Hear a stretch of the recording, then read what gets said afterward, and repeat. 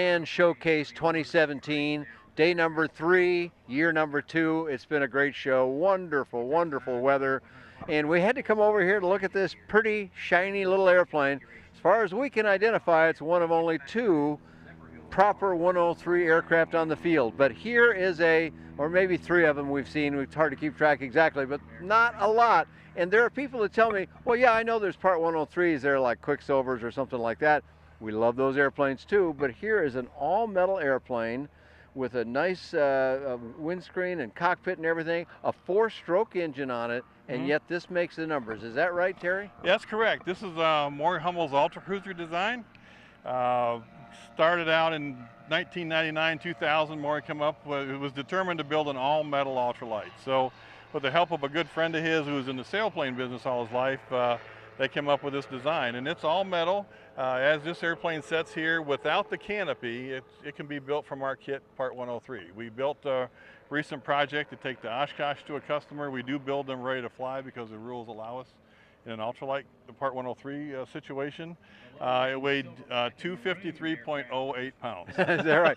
That's mighty close, but mighty close, just like in horseshoes, is just fine. Yeah, exactly. So we worked real hard to get it there, but that's been good. Now this is what I think everyone refers to as a half VW, correct? Half Volkswagen so it's a 2-cylinder.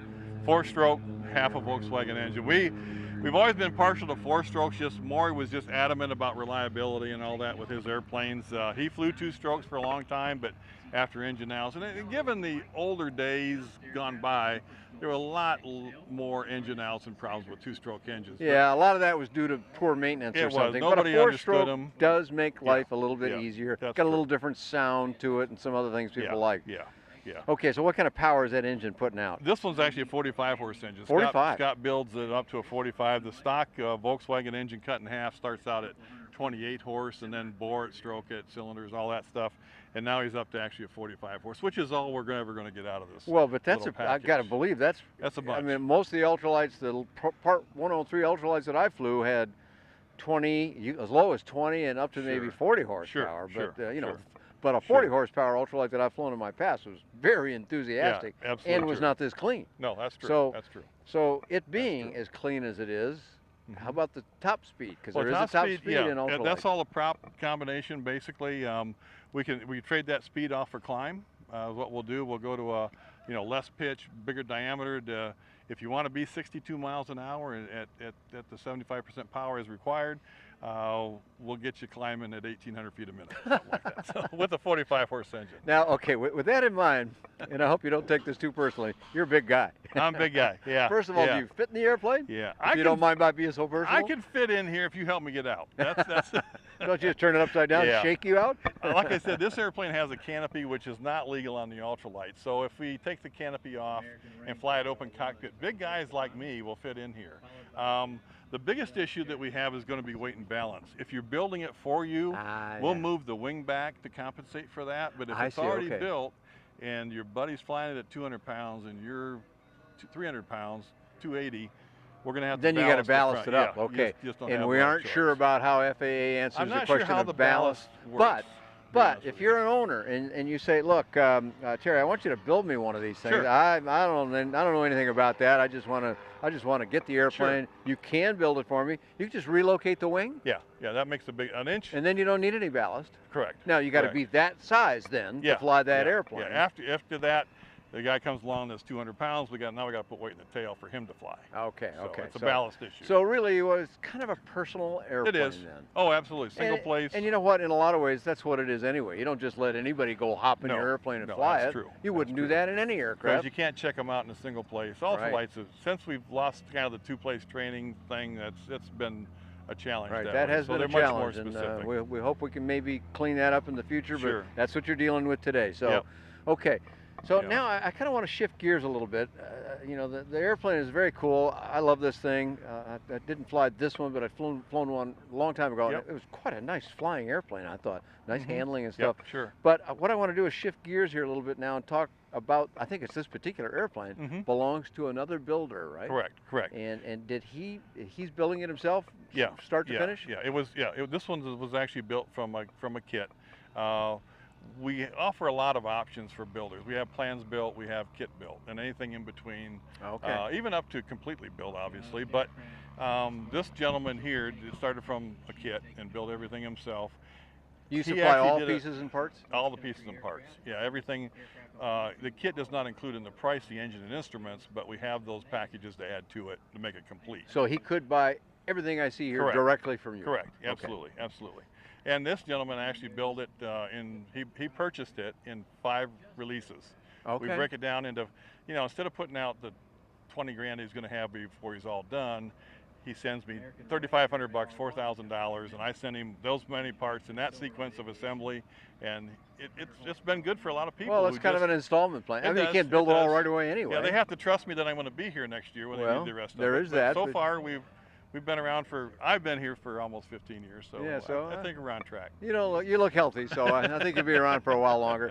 What kind of build project is it for somebody that says, well, I would say, you build it for me. Yeah. Yeah. And by the way, that price you mentioned, that's the price for front to tail kit? Yeah, correct. That's all the bits and pieces. If you budget $20,000, you'll have decent instruments in this engine package. Okay, so first of all, that's a very attractive price point. Prices do change, folks. Sure. We'll give you a web address later. You can find out if it's changed that much, but this is an all-American product. Absolutely. So there's no exchange rate issues here. It's not at all. Just maybe the time value of money or something like that. But okay, but this individual wanted to build it. What kind of a build project is it for him? We do our kits are very complete. There's no forming, welding, bending, any of that to do. Little aluminum brackets. If we don't give you a chunk of aluminum, we put the holes in it, shape it. It's ready to bolt on. So unlike some other, we try to eliminate the need for as much as we can on your part. We're trying to get it to a point where it is truly a Cleco together, start riveting project. And what kind of time is somebody going to invest to get it all the way to flying? In our shop, we build them in 220 hours. I don't expect anybody to be able to do that. Yeah, you certainly I'm not sure we could do that next week, but that was the last one that we did. I tell people 400 to 450 hours, I think is realistic. And what does that translate to for a typical builder in length of time? 6 months to a year is what we see from our kit. So not so bad. Not so bad at all, actually. No, it happens. And then you get that satisfaction that many people have described about, I know everything on this airplane. There is no part of it I have not touched. Right. And you know what? You're cruising along and maybe some weather happens or something. That might be real nice to know that, yep, I did every bit of it and I did it right. That's very true. But do you have any way of assisting people in this endeavor? Oh, sure. I have people that will come into our shop for a week or two at a time and get started. They'll go home after 2 weeks with what we call the canoe. It starts at the tail post and starts forward, and they'll wind up through bulkhead A or something. The center section's not in it yet, but it gets them that comfort that, hey, I really can do this. Yeah. They get sort of a starter kit, if you will. Yeah. Okay, cool. Absolutely. Okay, so let's just say I come up and I go, you know what, since you can build it, or if I'm a kit builder and I say, man, it sounds good, I love the price point, I like the idea of what it is, I love the all aluminum.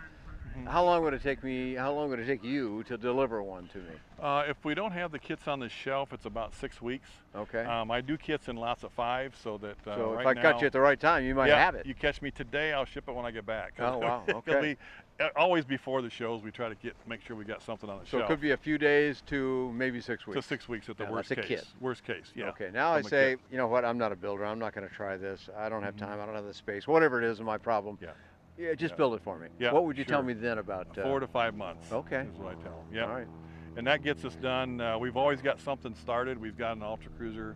Right now, we've got the one that we took to Oshkosh. Unfortunately, the gentleman we took it for passed away. Wasn't able to pick it up. All right. He was in a car accident, unfortunately, and so we have that one for sale.